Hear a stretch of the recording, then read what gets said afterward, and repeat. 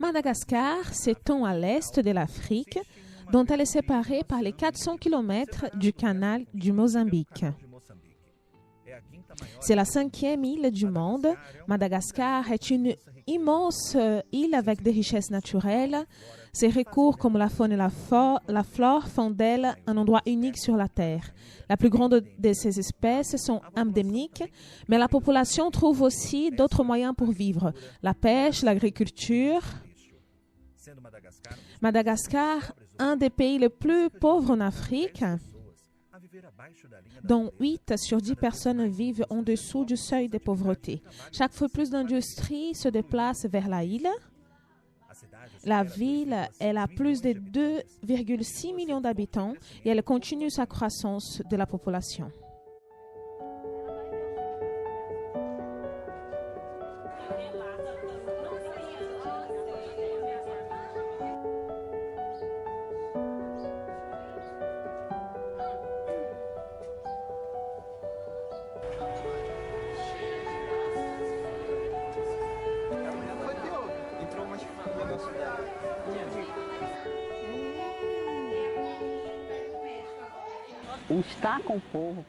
Être avec ce peuple, c'est déjà une façon concrète d'évangélisation. Participer de leur vie, de leur histoire, de participer de leurs souffrances. Être un avec eux, c'est déjà une porte centrale de l'évangélisation. Et nous vivons tout cela tous les jours. Autour de nous, il habite beaucoup de personnes pauvres, très pauvres. Et par notre vie, on nourrit en elles l'espérance d'un jour meilleur, d'une meilleure alimentation, une espérance avec la rencontre personnelle avec Jésus-Christ. Et cela nous donne aussi la grâce de leur donner ce que nous avons. Alors, être présent dans la vie de chaque pauvre et leur donner ce qu'ils ont vraiment besoin, l'expérience d'amour. Nous avons créé un laboratoire et nous voyons tous les jours les besoins des personnes, comment elles ont besoin. Cela me donne beaucoup de joie, car nous sommes capables de leur venir en aide. Et pour moi, c'était très fort d'arriver chez eux et de voir qu'est-ce que c'était leur cahier à écrire. Et en fait, leur rêve, c'est d'être des médecins, des ingénieurs. Et je crois que l'éducation, elle peut changer ce pays, car c'est elle qui fera l'adolescence, les jeunes, les adultes. Moi, je crois que les personnes, elles voient cela comme un monde oublié. On ferme les yeux par le continent africain. Mon but, c'était de voir cette réalité de mes yeux, voir ce qu'ils subissent, ce qu'ils vivent. Pas seulement ce qu'ils disent les médias, mais voir de mes yeux et avoir la certitude que ceux dont les personnes elles ont besoin, j'ai pour les aider. Et ces programmes de bénévolat, c'est une réponse à ces peuples, où un professionnel, il met devant la communauté et l'Église le don qu'il porte. Donc un étudiant, peu importe son domaine, il dépose au service de l'Église son don. Il fait cela de manière gratuite. Moi, autant que musicien, avec les arts, je joue avec les enfants et je partage un peu du don que le Seigneur m'a donné. C'est une joie très grande, même dans leur douleur, leur fragilité, très pauvres. Mais en fait, ils transmettaient un bonheur tellement grand qui n'a pas d'explication pour nous, pour moi surtout.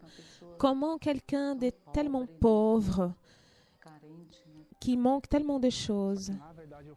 Mais en fait, j'ai aperçu avec le temps que celui qui avait besoin d'aide, c'était moi à travers les pauvres. Moi, j'ai vu que ce qui était le plus fort pour moi, c'était même la pauvreté en elle-même, parce que j'avais déjà l'habitude d'avoir des personnes comme ça. Mais en fait, c'était de voir que celui qui avait besoin et celui qui était pauvre, c'était moi et pas eux.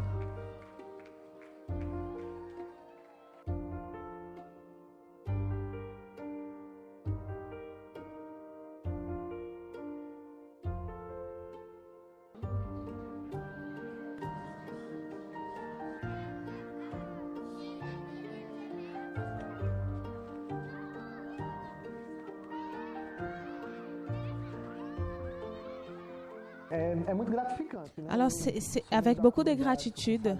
Moi, je suis consacrée, engagée dans la communauté Shalom. Je suis médecin depuis 7 ans. Je suis un jeune médecin. Mais donner ce temps pour les autres dans ce travail de bénévolat où il n'y a pas de rémunération, parfois même c'est des dépenses, mais il n'y a pas une logistique, il n'y a pas de structure qui nous aide dans un pays étranger, un peuple différent. Mais cela, c'est la gratitude du cœur.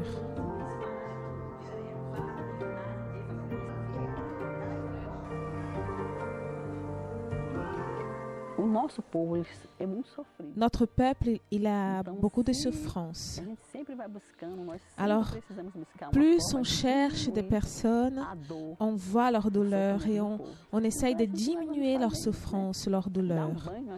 Par exemple, donner un bain à un enfant, c'est l'évangélisation la plus fantastique. Un enfant qui est sale et qui a beaucoup de traumatismes dans son cœur, et je le ramène chez nous. Ce type d'évangélisation, c'est toucher dans ce que tu ne peux pas toucher en réalité.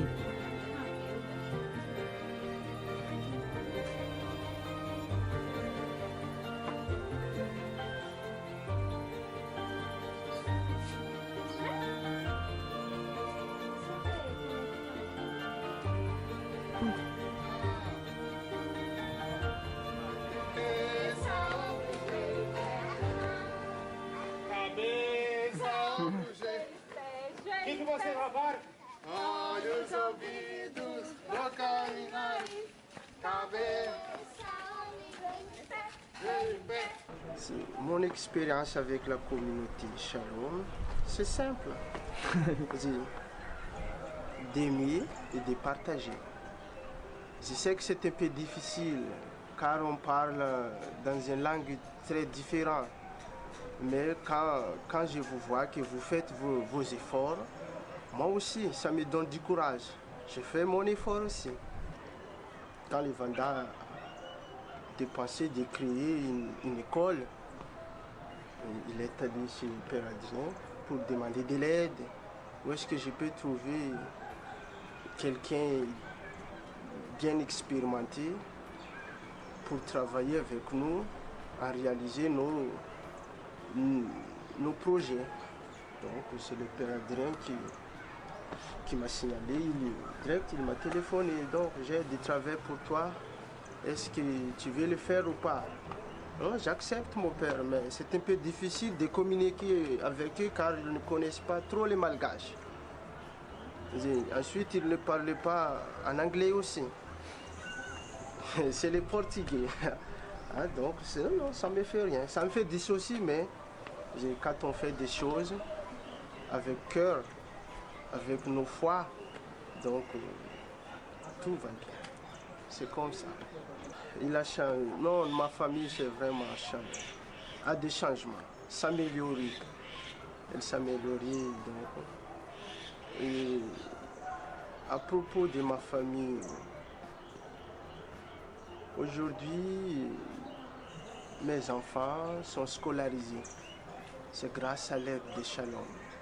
Je ne me fais pas de soucis pour l'étude de mes enfants. C'est le Shalom qui s'en charge tout. Et ma femme aussi, elle commence le cours de cuisine. Ça l'a aidé beaucoup, car ma femme, elle est vraiment illettrée. Ils ne savent pas écrire, ils ne savent pas lire.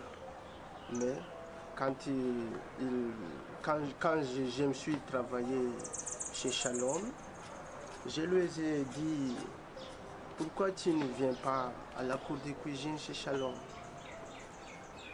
C'est un peu difficile pour elle, car elle est un peu honte et timide pour ça. Pourquoi? Parce qu'il ne sait pas écrire, il ne sait pas lire.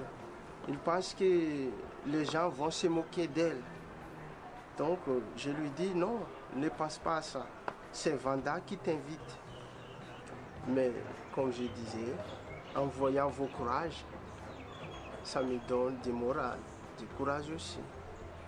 Je ne vois pas de difficultés, car je passe tout ça comme si, je sais, c'est pas comme si, mais je sais que Dieu était avec nous. Durant tous ces longs chemins jusqu'ici, je sais qu'il est tout près de nous, avec nous.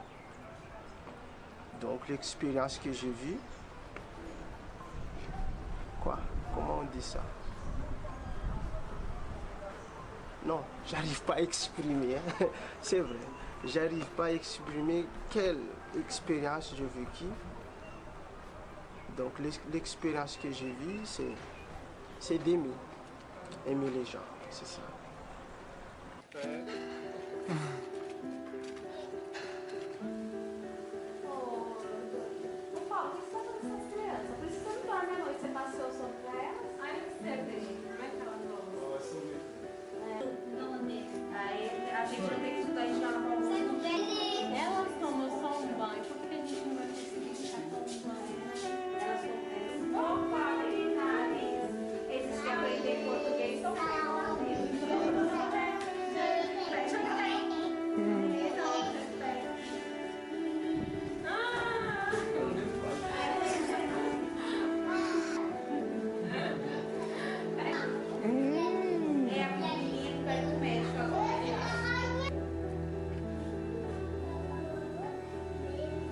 Semaine et la fève de lui, quand est-ce qu'elle a commencé?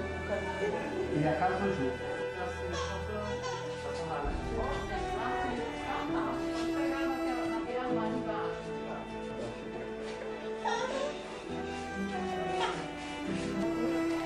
E o outro é o que? Oscar 30. Ma première impression, c'était qu'ils sont battants. Moi, tout le temps, j'ai vraiment envie de pleurer. Même ce matin, je disais, moi, ça me dérange de rentrer à la maison et d'ouvrir le robinet. Ça me dérange le fait de rentrer chez moi et vivre ma vie, avoir ma vie commode, où j'ai l'électricité, Internet, j'ai tout. Et j'ai laissé ici. Moi, j'ai un désir de les amener avec moi. Mais je sais que leur mission, elle est ici. Moi, je m'appelle Elena. Bonjour.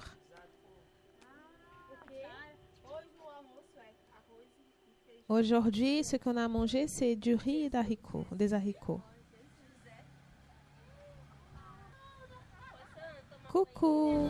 Allez, on va faire une petite douche. On va te changer.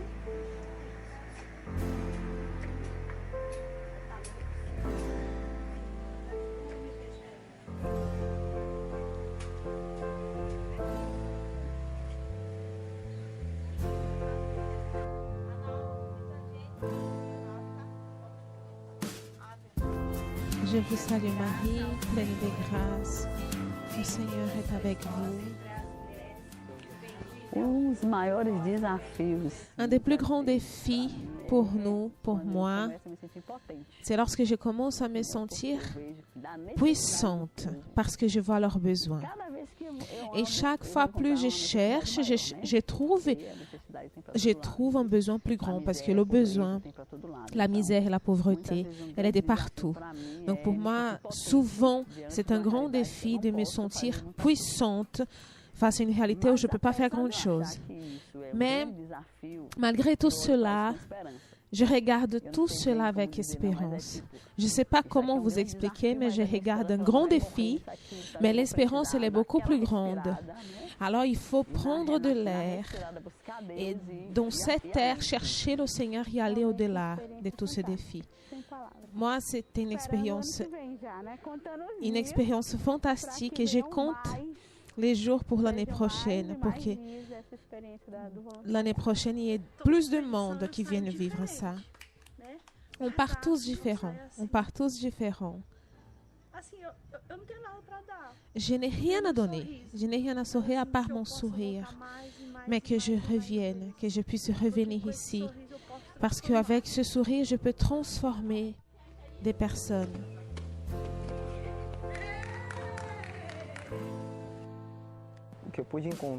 Ce que je peux trouver ici, c'était l'autre. Le visage de l'homme qui souffre. Et cela m'a fait me rencontrer moi-même et rencontrer Dieu. Plusieurs moments, le manque d'électricité, de l'eau, mais dans ce moment, nous trouvons la richesse qui est l'autre. Donc nous sommes beaucoup plus heureux.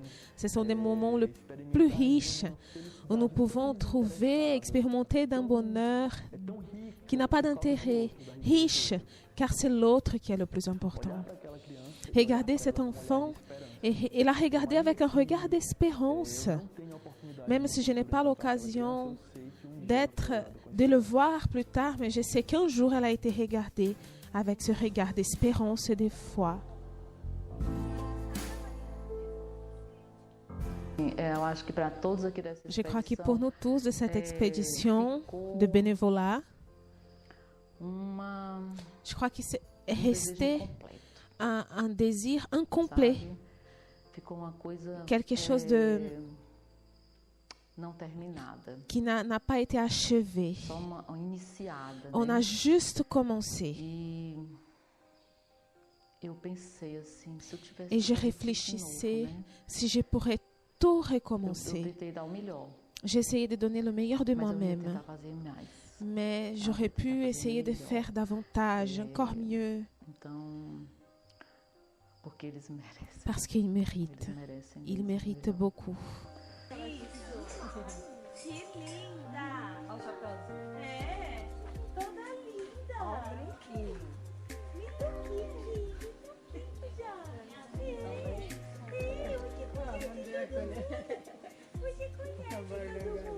É até inexplicável. Acho que Deus tem mexido muito comigo. Dieu, il me parle beaucoup dans mon cœur. Et à chaque personne qui est venue dans cette expédition, on ne va pas retourner de la même façon que nous sommes arrivés. L'expérience avec Dieu, de l'accueil de ces personnes, c'est un véritable cadeau pour nous. Notre cœur, il est bouleversé. Il y a des choses fortes qui nous arrivent en ce moment.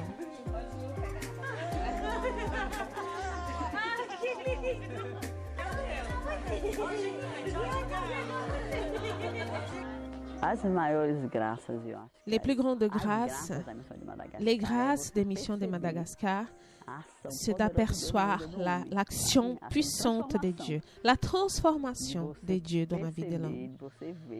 De voir, de toucher aujourd'hui la vie d'une personne qui n'a pas déstabilisée, qui n'a pas d'amour. Et ce travail des petites fourmis, vous voyez, des mois, des années, et puis après cette expérience d'amour. Tout ça pour moi, c'est que de la grâce.